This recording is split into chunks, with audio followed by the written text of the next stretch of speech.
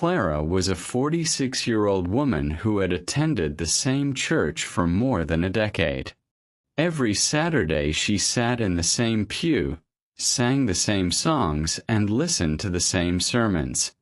On the outside she looked faithful, but inside she felt an emptiness that never went away. Although she believed in the eternal, she constantly felt that she was not good enough. Guilt, anxiety, and fear of rejection followed her everywhere.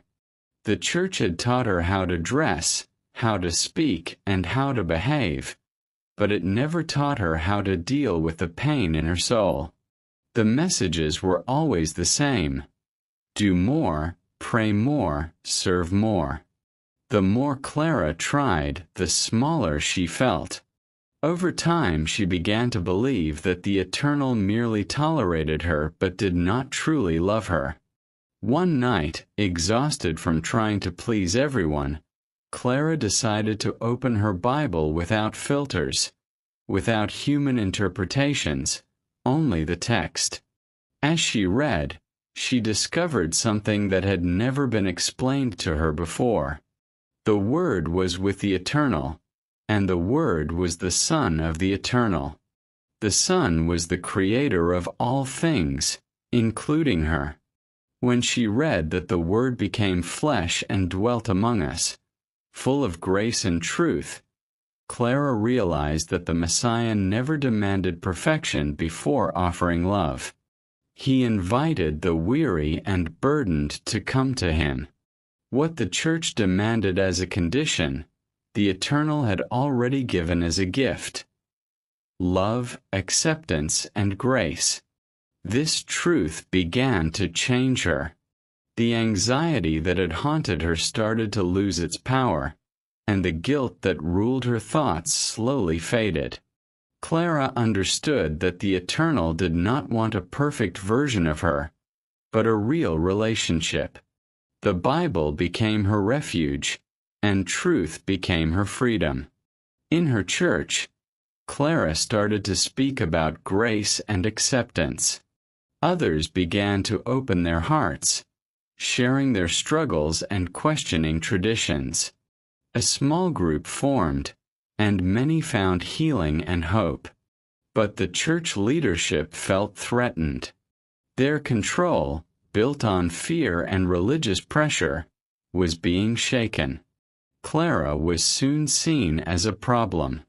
Whispers replaced smiles.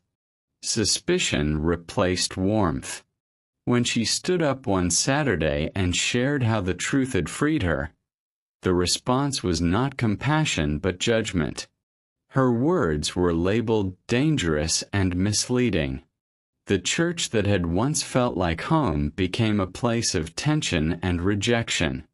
Clara realized she could not remain where biblical truth was replaced by human doctrines. After much prayer, she made the painful decision to leave.